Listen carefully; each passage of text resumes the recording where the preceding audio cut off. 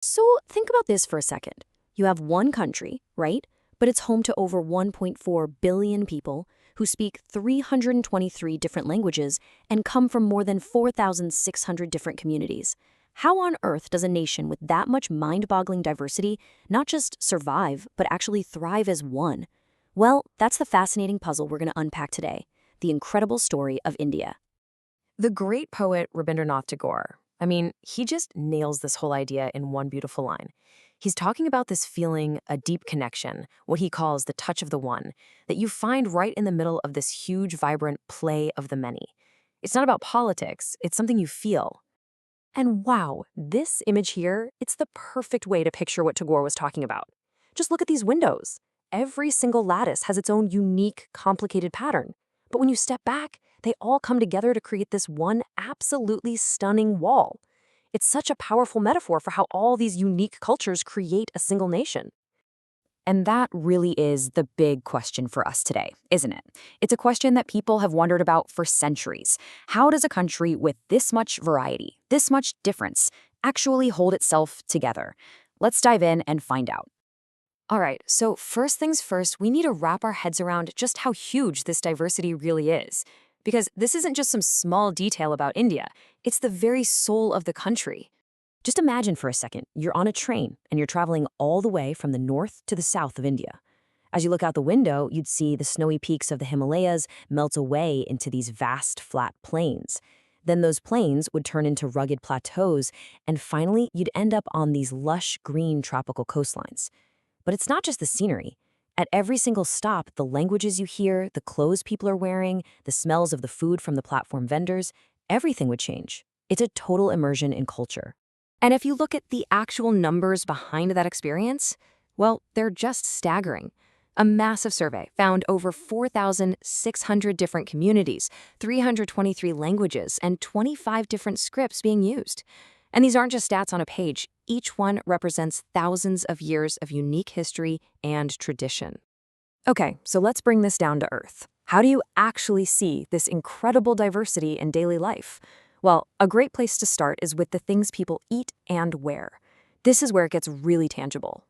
You know, what we eat is often decided by something pretty simple, the land itself. And this map shows it perfectly.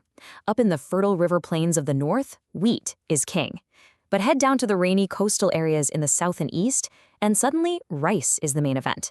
The geography literally puts food on the plate, creating these amazing distinct food cultures that are so loved in their regions. Now, let's talk about clothes. Oh man, if there is one single thing that just perfectly captures this many in the one idea, it has to be the sari.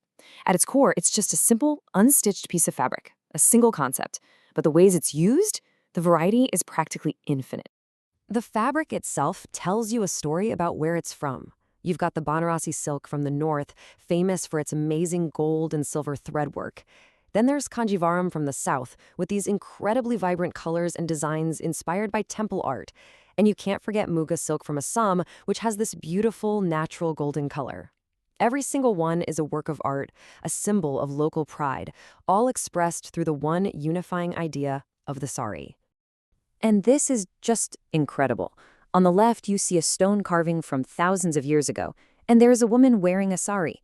Then on the right, you see modern women wearing it today, for work, for ceremonies, just for everyday life. The sari isn't some ancient relic.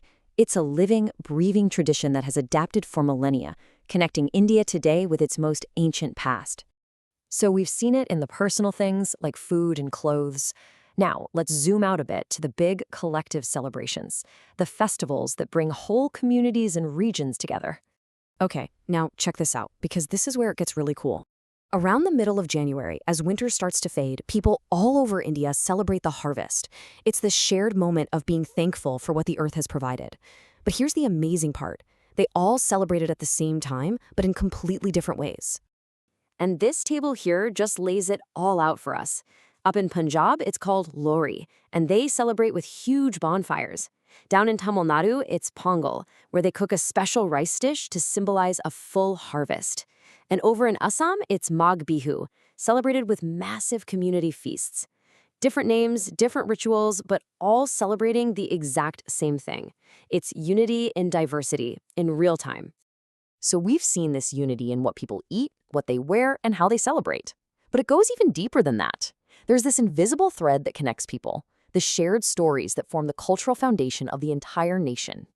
And to get at that, we've got to talk about epics. So, what are they? Well, think of them as the great foundational stories of a culture. These huge, sweeping tales filled with heroes, gods, and big lessons about life and what it means to do the right thing. In India, the two big ones are the Ramayana and the Mahabharata. For more than 2,000 years, these stories have been told and retold in pretty much every language and every art form you can imagine. They're just part of the air you breathe. And this is such a fantastic example. Look at these two images. On the left, you have this delicate, beautiful painting from the Himalayas showing a scene from the Ramayana. On the right, you have this powerful, solid stone carving from a temple way down in the south showing heroes from the Mahabharata. It's the same stories, the same heroes, but they're imagined and created through completely different artistic styles, thousands of miles apart. Okay, let's pull all of this together now. We've seen this pattern of diversity in food, in fabric, in festivals, and in stories. So let's go back to our big question. How does all of this make one single nation? You know, India's first Prime Minister, Jawaharlal Nehru, he really saw this up close.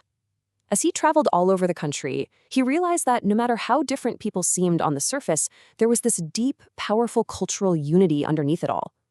He noticed that everywhere he went, people knew the same stories from the great epics. That shared culture, that was the invisible glue holding it all together. And that, right there, is the secret. India's unity isn't based on trying to make everybody the same. It's not about smoothing out all the differences. It's the exact opposite. The whole idea is that diversity is something to be celebrated. It's seen as a strength, something that makes the whole country richer and more creative, not something that tears it apart. So as we wrap this up, I'm going to leave you with a little challenge. Just look around your own community, your own city, wherever you live. Where do you see this idea in action? What examples of the many in the one can you find right in your own backyard? It's a pretty amazing way to look at the world.